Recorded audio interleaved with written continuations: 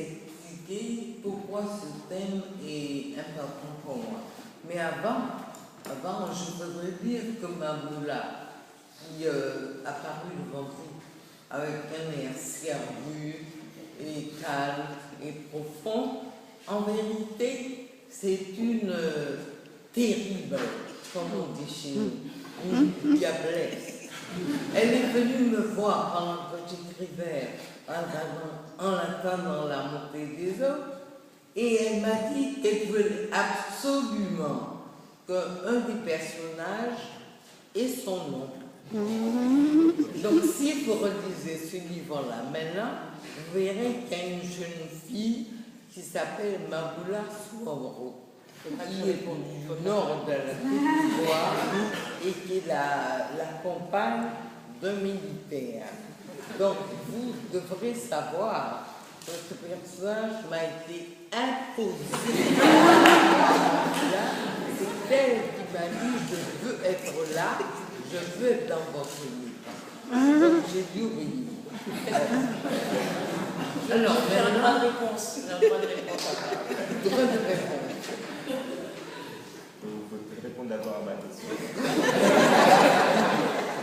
Alors, pour répondre à la question, je suis née, et c'est important, je crois, d'une famille où la couleur et l'origine n'avaient aucune importance. On n'en parlait jamais. Nous étions noirs, mais finalement, c'était très secondaire, même sans importance. Mes parents étaient très fiers, très contents d'eux-mêmes. Et en fait, nous étions français. Être français, finalement, pour eux, c'était une sorte de concept qui allait au-delà de la couleur. Bon. Mais moi, je me suis sentie très vite assez mal à l'aise dans ce monde sans couleur, parce que tout ce que je rencontrais, tout ce que je côtoyais, parlait de couleur. Je me rappelle, j'arrive à Paris, étudiante aux environs de 17 ans, 18 ans, c'est un souvenir qui m'a tellement marqué. Je vais dîner chez une amie de faculté et son petit frère, qui devait avoir 5 ans ou 7 ans, pleure de terreur me voyant. Bon, alors, il était évident que ma différence tout de suite m'a frappée. Je me suis dit, si un enfant blanc pleure me voyant, c'est qu'il me voit comme absolument différent de lui. Qu'est-ce qui milite derrière cette différence? Il faut le trouver. Et donc, je crois que ma quête a commencé à partir du moment où j'ai vu que pour les autres, j'étais quelqu'un qui venait d'ailleurs. De quel ailleurs? Les Antilles sont ailleurs, mais l'ailleurs de d'ailleurs, il faut voir l'origine. On vient d'Afrique, on est arrivé aux Antilles après, et on a vécu aux Antilles qui sont devenues une terre natale. Mais quel rapport entretient-on avec la terre dont on est venu initialement? Donc toutes ces questions m'ont rempli l'esprit et j'ai voulu trouver une réponse. J'ai toujours refusé les réponses que donnent les gens. Évidemment, il y avait une réponse qui était la réponse coloniale, la couleur est un accident, sont importants. Ce qui compte, c'est l'éducation, la façon dont l'esprit est formé, se fait. Donc finalement, je ne voulais pas de réponse toute faite. Je voulais trouver mes propres réponses. Et finalement, j'ai découvert au fur et à mesure que le problème est bien plus complexe que ça. Même quand je dis que la race, ce que je crois, que la race n'existe pas tellement, que compte une série d'affinités entre des individus, quand même je me trouve à New York en tant que noir avec d'autres noirs, je vois qu'il y a une ressemblance entre nous. Peut-être dans le regard, comme dit Fanon, dans le regard qu'on porte sur nous, mais en fait quand même, nous vivons, nous nous sentons proches les uns des autres. Avons-nous tort? Donc vous voyez, il y avait tout le temps une série de questions. L'origine c'est quoi? Quelle place doit-on lui accorder dans la vie que l'on mène? Jusqu'où doit-on tenir aux autres?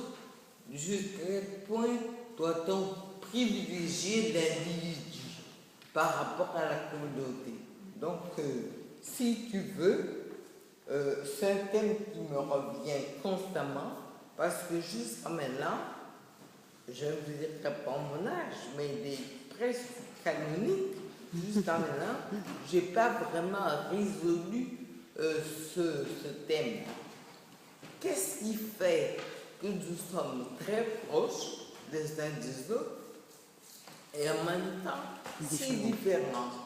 Qu'est-ce qui fait que nous sommes des peuples avec des cultures particulières, spécifiques, et qu'en même temps nous sommes l'homme noir?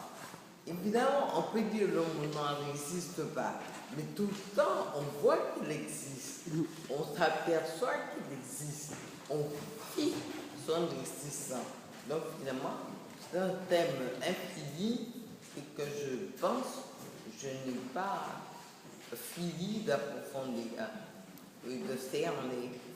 Alors, maintenant, Maboula, pardon.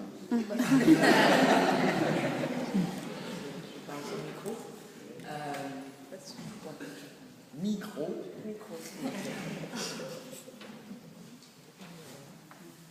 Alors, bien évidemment, Madame Condé, je conteste votre version des faits. Ah bon? Donc oui, je prendrai l'appellation de terrible. Je suis une terrible, le nom de jeu, ça ira. J'ai été à l'école. Non, en fait, déjà, il y a deux personnages. En attendant la montée des eaux, oui, effectivement, il y a un personnage qui s'appelle Mamoula, dont je suis très fière, puisqu'effectivement, c'est mon prénom. Et ensuite, il y a un autre personnage qui s'appelle le Docteur Soumoro. Oui, c'est deux personnages différents. Oui, j'ai demandé à avoir mon nom dans ce roman, enfin dans une des œuvres de Marie Condé, parce que comme je l'ai expliqué, je n'en nie rien, je suis absolument femme, et c'était une façon pour moi de cannibaliser vos écrits et de m'associer très étroitement à ces écrits. Mais en fait, l'histoire, elle avait commencé avant, dans le roman qui précède En attendant la montée des eaux et qui s'appelle Les Belles Ténébreuses. Il y en a qui ont lu parmi vous Les Belles Ténébreuses? Oui, il y a un personnage qui s'appelle Aminata.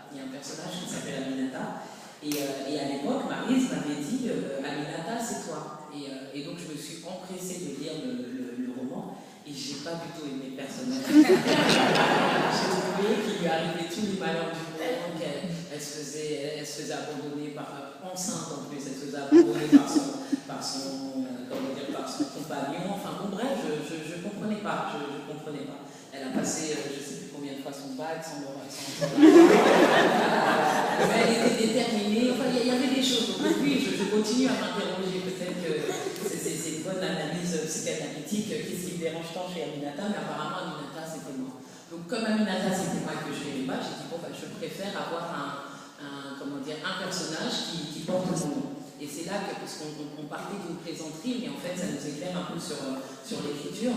Et à ce moment-là, Maryse m'a dit, oui, mais tu vas avoir un personnage qui porte ton nom, mais ça ne sera pas toi. Je peux lui donner un nom, mais ça ne sera pas toi. Toi, tu ne t'es pas reconnu chez Aminata, mais Aminata me fait penser à toi. Donc, elle m'a donné, encore une fois, un personnage qui porte mon nom, qui est complètement en dehors de l'histoire, qui une nouvelle fois est enceinte. Qui est complètement passive, en fait, qu'elle existe ou qu'elle n'existe pas en attendant, est-ce que c'est en attendant la montée des eaux? En attendant la montée des eaux, elle ne change rien à la trame. En fait, j'ai trois personnages. J'ai le docteur Soumoro, j'ai Maboula, enceinte femme d'un rebelle, et Aminata, sur laquelle je réfléchis encore. Voilà. Donc, c'est demander un personnage, c'était quand même. Si on devait parler de moi,